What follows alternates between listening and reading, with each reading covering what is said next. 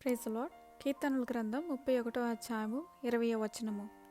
మనుషుల కపటోపాయములు వారిని అంటకుండా నీ సన్నిధి చాటున వారిని దాచుచున్నావు.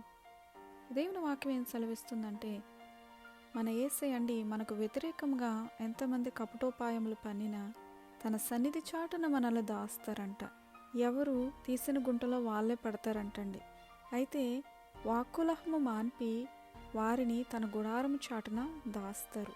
అంటే మనకు వ్యతిరేకంగా వచ్చే వ్యతిరేకమైన మాటలు కానీ, నిందలు కానీ, అవమానములు కానీ, వాటి నుంచి యేసయ్య మనల్ని తన గుడారంలో దాస్తారండి. అవి మనకు తగలకుండా మన యేసయ్య దాస్తారు.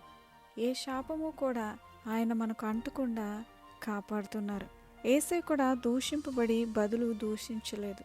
న్యాయముగా తీర్పు తీర్చు దేవునికి తాను అప్పగించుకున్నారు.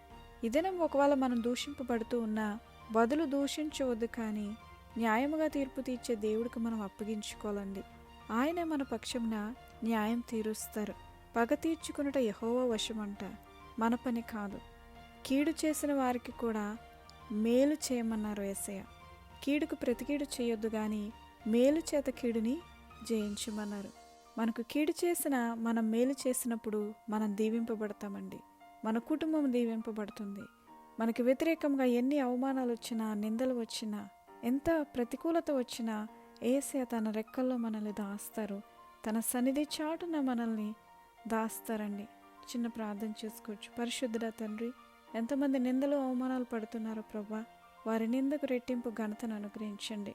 అలాగే ప్రభా, వారికి న్యాయం చేయండి. కీడు చేసిన వారికి కూడా మేలు చేసే కృపను మా అందరికీ దయచేయండి. ప్రేమించి క్షమించే మనసు దయచేయమని యేసయ్య నామములో ప్రార్థన అడుగుచున్నాం పరమ తండ్రి. ఆమేన్.